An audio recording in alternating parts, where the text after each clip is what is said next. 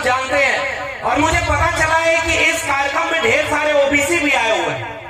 और आपके बारे में तो हमें भी 2 साल पहले पता चल गया था कि जिन आदिवासियों को वनवासी करके तोड़ने की कोशिश हो रही थी, 7-8 साल पहले उस आदिवासी परिवार ने एकजुट होकर सबको जोड़ने की कोशिश कर ली और आपने क्रांति कर दी है भाई।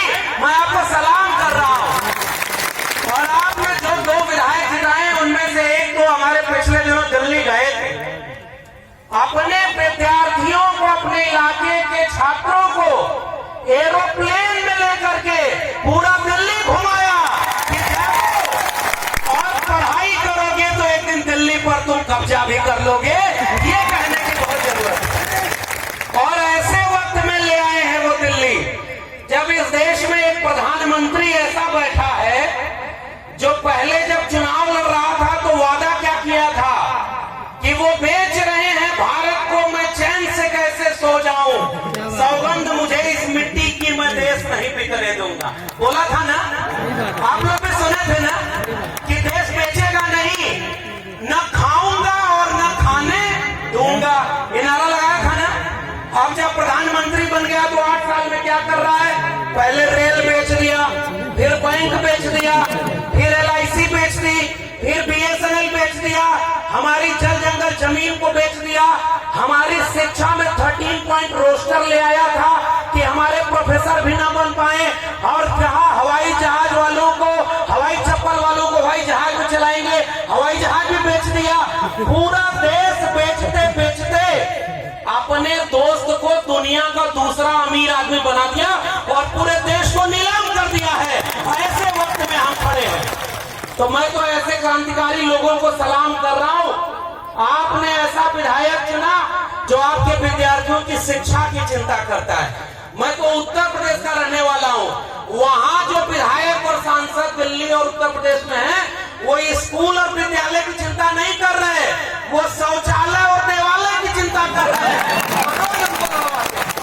अब एक बात बताओ, आप इस मुल्क के मूल निवासी कौन? ये हम लोग हैं ना। मैं ओबीसी समाज से आता हूं और एक ही बात, 2 बात कहने आया हूं। पहली बात तो शिक्षा की करने आया हूं।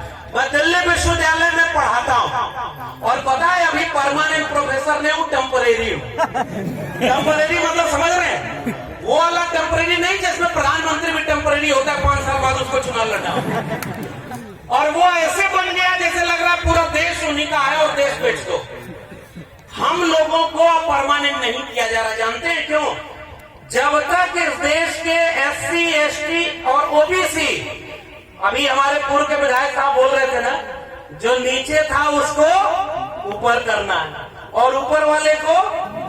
और मुझे पता चला कि बेड़का जहां पर ये कार्यक्रम हो रहा है, देश में बुलडोजर चल रहा है संविधान के ऊपर और लोगों को घरों को गिरा रहा है। बेड़का में कुछ दिन पहले बुलडोजर चल रहा था जमीन बराबर करने का, चल रहा था ना।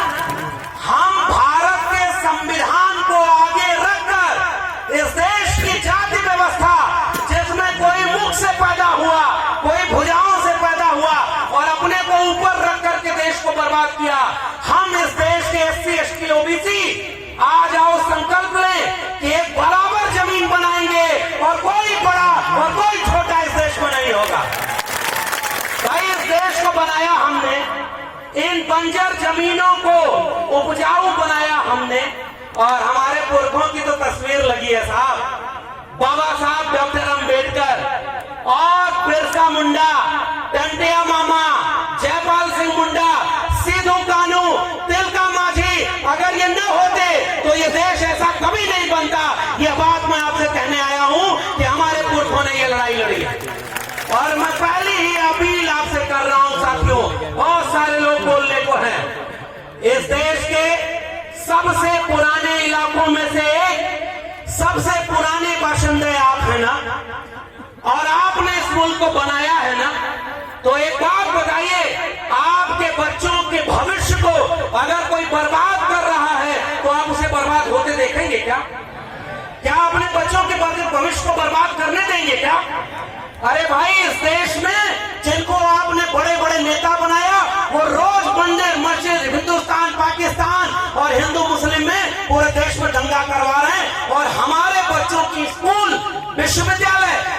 निजी हाथों में बेच दिया ताकि हमारे आपके घरों के बच्चे न पढ़ पाए। इसलिए इस देश के मूल निवासी भाइयों, मैं आपसे एक अपील, एक गुजारिश करने आया हूं। भूखे रहना, प्यासे रहना, एक कपड़ा कम पहनना, आप घर में एक रोटी कम बनाना, लेकिन हाथ उठाकर बताओ आप अपने बच्चों को पढ़ाओगे कि नहीं पढ़ाओगे?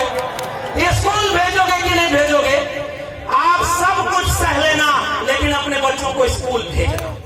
बाबा साहब डॉक्टर अंबेडकर ने बात कही थी, जिस दिन इस देश में मंदिर जाने वाली भीड़ स्कूल जाने लगेगी, उस दिन इस देश में क्रांति हो जाएगी और इस देश को कोई गुलाम नहीं बना पाएगा। तो जो विधायक ने अभी 25, 30, 50 बच्चों को दिल्ली लेकर के दिखाया कि ये दिल्ली है जहां से पूरा देश चलता है, तुम्हें पढ़ लिख करके DM, SP, doctor, engineer, professor और जज बनना है। एक बात बताओ इस देश के आदिवासी लोगों, सुप्रीम कोर्ट में कितने जज आपके हैं पता है? 0 है। आपके हाई कोर्ट में कितने जज हैं? आपके प्रोफेसर कितने हैं? सब 0 है लगभग। और सारा कब्जा किसने किया है? 5% लोगों ने इस देश के 90% जगह, जमीन, प्रोफेसर, डॉक्टर, इंजीनियर सब पर कब्जा किया। क्या हम लोग गुलाम हैं क्या?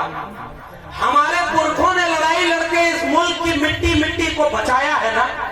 मुझे याद आता है बिरसा मुंडा का वो गुलाम, जब उन्होंने कहा था कि हमारी जल जंगल जमीन पर हमारा हक है, और जितने बाहर से आए हैं, चाहे वो अंग्रेज हो, चाहे वो यहाँ के सामंती जमींदार हो, वो सब टिकू हैं, और इन टिकुओं के खिलाफ हम उलगुलान करते हैं और अपने मूल निवासियों के हक के लिए लड़ेंगे।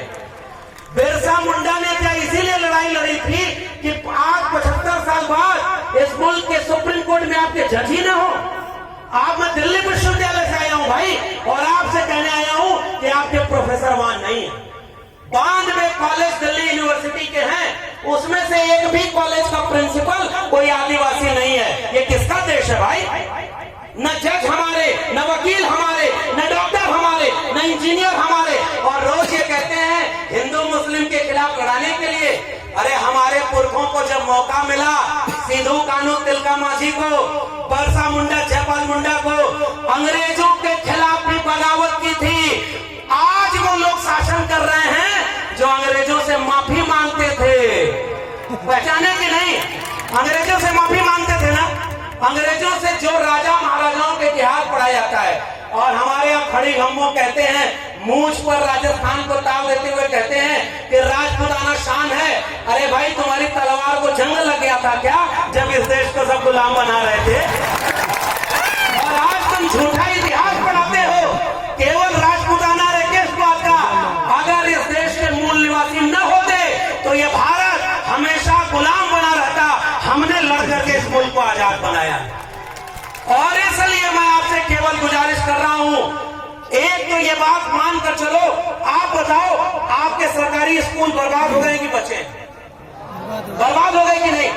आपके सरकारी स्कूल में मास्टर जितने होने चाहिए उतने हैं क्या? वहां बिल्डिंग है क्या? वहां पानी, शौचालय है क्या? स्कूल बर्बाद कर दिया, पढ़ाई खत्म। जब पढ़ाई खत्म हो जाएगी तो बिरसा मुंडा को पढ़ेगा कौन? सिद्धू कानू को पढ़ेगा कौन? और भारत के संविधान को कौन पढ़ेगा? और जब आपके बच्चे पढ़ेंगे नहीं ना, तो कल को बेड़का धाम को कोई बड़ेश्वर धाम बना देगा और हम आप कुछ नहीं कर पाएंगे। शिक्षा अगर नहीं मिली तो हमारी पीढ़ियां गुलाम पैदा होंगी। इसलिए इस राजस्थान के लोगों, इस भारत के मूल निवासी लोगों, इस देश के दलित, पिछड़े, आदिवासी लोगों, एक संकल्प लो कि चाहे कुछ भी हो जाए, हम अपने इसको घर के लड़के और लड़कियों दोनों को स्कूल भेजेंगे और पढ़ाई करेंगे ताकि आने वाली पीढ़ी गुलाम न पैदा हो। और दूसरी अपील करके आपसे विदा लूंगा। वो दूसरी अपील केवल इतनी है कि एक चीज, डॉक्टर अंबेडकर को हम क्यों मानते हैं? अभी एक गाना बज रहा था, आनंद राय साहब बैठे हुए हैं, हम लोग बहुत पहले इनको सुनते थे कि भाई मध्य प्रदेश में कोई घोटाला हुआ, वहां वो विसल ब्लोअर हैं, जान जोखिम में लेकर के लड़ाई लड़े, पता चला जो घोटाला करते रहा वो अमीर बनते रहा, देश को बेचते रहा, और हमारे लोगों का हक खत्म हो गया ना। इसलिए दूसरी और आखिरी अपील, हम बाबा साहब को क्यों मानते हैं? क्योंकि उन्होंने भारत का संविधान दिया। बिरसा मुंडा के बाद अगर हम सबसे ज्यादा पढ़ने लिखने वाले, मैं तो ओबीसी समाज से आता हूँ, लेकिन मैं तो सीना ठोक के कहता हूँ, अगर बिरसा मुंडा और जयपाल सिंह मुंडा न होते, संविधान सभा में जयपाल सिंह मुंडा खड़े होकर न बोले होते कि हम संगव घाटी सभ्यता के वारिस हैं, हम इस देश के मूल निवासी हैं और इसकी जल जंगल जमीन पर पहला हक हमारा है, तब ये भारत भारत न बनता। इसलिए जो संविधान बना, बाबा साहब अम्बेडकर, ज्योतिबा फूले और साहू जी महाराज से लेकर के बिरसा मुंडा, जयपाल मुंडा, सबने मिलकर एक ऐसा भारत बनाया, एक ऐसा संविधान बनाया जिससे हम सब बराबर हैं। हम सब बराबर है ना? अब तो कोई मुख से पैदा नहीं होता ना, कोई भुजाओं से पैदा नहीं होता ना। अरे भाई, दुनिया में इंसान एक तरफ पैदा होते हैं, यह देश ऐसा पाखंडियों का, यहाँ कोई मुख से पैदा हो रहा है, कोई भुजाओं से पैदा हो रहा है, कोई जंघे से पैदा हो रहा है। यहाँ डॉक्टर साहब अभी बोल रहे थे पाखंड इतना है, और पाखंड में देवी देवताओं के लिए लड़ाई हो रही है। एक किस्सा बस सुना दूं, नोटबंदी हुई थी ना, नोट बंद हो गई 500,000 की। एक आदमी जब पुरानी नोट बची थी तो उसको लेकर ऐसे ही किसी मंदिर में चला गया। मंदिर बनता है 5 साल पहले और ऊपर लिखते हैं विश्व का प्राचीनतम मंदिर यहाँ है। अभी 5 साल पहले बना, जमीन कब्जा करने के लिए। जमीन की लड़ाई आप लड़ रहे हैं और वहां गया वो आदमी तो पुरानी नोट जो 500,000 की थी वो जल्दी जल्दी मंदिर के देवता को चढ़ाने लगा। तो बीच में अचानक एक आदमी आया और कहा कि ये कौन सी नोट चढ़ा रहे हो, ये नोट तो बंद हो गई है। तो वो आदमी बोला, अरे भगवान को थोड़ा ही पता है कि ये नोट बंद हो गई। और वो आदमी गुस्से में फिर खड़ा होकर बोला, भगवान थोड़े ये नोट लेते हैं, जो नोट लेता है उसको पता है कि ये नोट बंद हो गए, इसलिए नोट को लेता। इसका मतलब देवी देवता के नाम पर पाखंड फैलाने वालों ने आपके भगवान, जो पता नहीं किसके भगवान है, उनके और आपके बीच में एक बिजनेसमैन को बैठा दिया कि नहीं, जो नोट ले रहा है कि नहीं। अगर नोट नहीं मिलेगी तो बिजनेस चौपट हो जाएगा ना। उनका तो वो बिजनेस, हमारे ज्योतिबा फूले ने किताब लिखी है गुलामगिरी। उन्होंने कहा कि जैसे बाल बनाना नाई का धर्म नहीं धंधा है, जैसे लकड़ी का काम करना कुम्हार लोहार का बढ़ई का धर्म नहीं धंधा है, लोहे का काम करना लोहार का धर्म नहीं धंधा है, वैसे मंदिर में बैठ के पूजा पाठ कराना और दान के पेट पर भरना उस पुजारी का धर्म नहीं धंधा है। इसलिए वो अपना धंधा कर रहा है, हमारा धंधा क्यों है। आज यह आखिरी अपील है आदिवासी परिवार के लोगों, आपसे हमें हिम्मत मिल रही है। दिल्ली वाले आपको नहीं दिखाएंगे, लेकिन मैं आपसे एक भरोसा कर रहा हूँ, मैं लौट कर दिल्ली जब जाऊंगा तो दिल्ली के मीडिया वालों से पूछूंगा और अपने सोशल मीडिया प्लेटफॉर्म से ये बात लोगों के सामने रखूंगा कि भारत की राजधानी दिल्ली में 10 लोग भारत का संविधान जलाए, उन पर मीडिया चर्चा की, ये हजारों लोग भारत का संविधान बचाने के लिए आए हैं, तुम्हारी मीडिया में क्यों इसकी खबर नहीं है। ये मैं सवाल पूछूंगा उनसे। और दूसरा सवाल करूंगा, जो भारत के संविधान को जलाया, जो देश में मुसलमानों के खिलाफ दंगा करवा रहा है, मंदिर मस्जिद में लड़वा रहा है, वो जेल में नहीं है। और हमें पता चल रहा है राजस्थान, मध्य प्रदेश, उत्तर प्रदेश, जहां जो दलित पिछड़े आदिवासी अपने हक के लिए लड़ता है, उसको फर्जी मुकदमे में जेल में डाल रहे हैं। क्या ये भारत के संविधान की हत्या है कि नहीं है? जोर से बोलिए, भारत के संविधान की हत्या है कि नहीं? क्या भारत के संविधान को खत्म किया जा रहा है कि नहीं? क्या भारत के संविधान को खत्म होने के बाद हमारा कोई हक बचेगा? जोर से बोलिए। भारत का संविधान नहीं रहेगा तो हम रहेंगे क्या? संविधान खत्म हो गया तो क्या हम रहेंगे क्या? अगर SC ST OBC आपस में लड़ते रहे तो क्या संविधान बचा पाएंगे क्या? इसलिए आदिवासी परिवार के लोगों, देखो, चुनाव तो आपको मैं कुछ कहूंगा नहीं। आपने 2 विधायक ऐसे चुन दिए हैं, एक कह रहा है बराबर करना है और दूसरा अपने बच्चों को पढ़ाने के लिए दिल्ली ले जा रहा है। अब मुझे और नहीं कहना है, लेकिन इतनी गुजारिश करूंगा, अगली बार चुनाव आए तो ऐसे विधायकों से विधानसभा भर देना जो आपके बच्चों का भविष्य बनाए। आपको गुलाम मत चुनिएगा। बाबा साहब से लेकर फूले साहब से लेकर इस देश के दलित पिछड़े आदिवासियों ने गुलाम चुना है, इसलिए वो हमारे बच्चों के लिए लड़ नहीं पाते। अरे ऐसे लोगों को चुनिए जो अपनी कुर्सी के लिए नहीं, आने वाली पीढ़ियों की लड़ाई लड़े। एक काम वो करिएगा। और दूसरी अपील, जब भी जरूरत पड़े, इस देश में OBC समाज से आता हूं, और ओबीसी समाज के लोग जहां भी होंगे, मैं उनसे एक बात कह रहा हूं, प्रकृति पूजा हम भी करते हैं। ओबीसी समाज में कोई पाखंड, कोई पुजारी की जगह ही नहीं। हम लोग खेती किसानी करने वाले लोग, किसान कामगार मेहनत का सामान, हम अपने खेत से पैदा हुए फसल की पूजा करते हैं। हम नदी नाले और पर्वत पहाड़ की पूजा करते थे, जैसे हमारे आदिवासी का। आपका भी गमछा पीला है, ओबीसी का भी गमछा पीला है, और ये एकता है हमारी और आपकी। अब उसके साथ ये जो नीला गमछा है बाबा साहब के बच्चों का, ये पीला और नीला गमछा, ये जानते क्यों एक है? क्योंकि हम सब पाखंड के विरोधी। हमें मंदिर से मतलब नहीं, ये मंदिर वैसे भी इस देश में कम नहीं था। इस देश में गली गली में मंदिर था, और मंदिर से हमारे बच्चों का कल्याण तो नहीं हुआ, भारत के संविधान से हुआ ना। मैं प्रोफेसर बना तो किसी मंदिर से नहीं। अगर इलाहाबाद विश्वविद्यालय और दिल्ली विश्वविद्यालय न जा पाता तो आज आपके बीच में प्रोफेसर बनकर आंख में आंख डालकर जालिमों से ललकार कर कहने नहीं आता कि तुम जालिम हो और हम तुम्हारे खिलाफ हैं। इसलिए वो जो संविधान हमें हक दिया है और हमारी एकता, हम ओबीसी समाज में कौन लोग आते हैं? जो किसान कामगार मेहनत कर सकते, और आदिवासी कौन लोग हैं? जिन्होंने इस प्रकृति को बचाया। अगर इस देश में आदिवासी न होता दुनिया में, तो ये कब की दुनिया तबाह हुई होती और जल जंगल जमीन कभी बचता नहीं। अगर जल जंगल जमीन बची है तो आदिवासियों के लिए बची है, आदिवासियों ने उसे बचाया। एक बात कहूंगा राजस्थान के लोगों, भारत का नक्शा कभी उठाइए, 3 नक्शा लीजिए।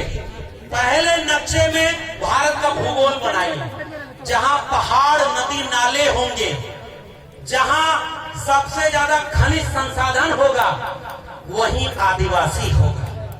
इस बात को समझिए, और आपकी जमीन छीनी जाएगी ताकि किसी अंबानी और अडानी के हाथों आपकी जमीन और खनिज संपदा बेच दी जाए और आपको मजदूर बना दिया जाए। क्या आप मजदूर बनने को कबूल करेंगे?